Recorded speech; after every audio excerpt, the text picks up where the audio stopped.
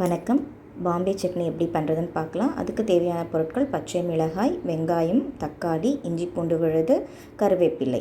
வானலில் எண்ணெய் போட்டு சோம்பு, பச்சை மிளகாய், கருவேப்பிலை, வெங்காயம் ஓரளவு வதங்கினது பிறகு உப்பு போட்டுட்டு மஞ்சப்பொடி, இஞ்சி பூண்டு விழுது சேர்த்து ஓரளவு வதக்கினா போதும். அப்புறம் தக்காளி போடணும். மிளகாய்த்தூள் போட்டு நல்லா வதக்கிட்டது பிறகு தண்ணி நமக்கு தேவையான அளவு நிறைய தண்ணி தேவைப்படும். அந்த தண்ணியை ஊற்றி இந்த தக்காளி எல்லாமே நல்லா வேகணும். வெந்ததுக்கு பிறகு நம்ம ஆல்ரெடி ஊற வச்சு அரைச்சி வச்சுருக்கிற கடலைப்பருப்பு, சிறுபருப்பு, அதுக்கு பிறகு சோம்பு, தேங்காய் இதெல்லாம் மைய அரைச்சி வச்சுருக்கேன். அதை இந்த கொதிக்கிற பதம் வந்த பிறகு அதை ஊற்றி நல்லா கலக்கிட்டே இருக்கணும், இல்லாட்டி அடிப்பிடிச்சிரும்.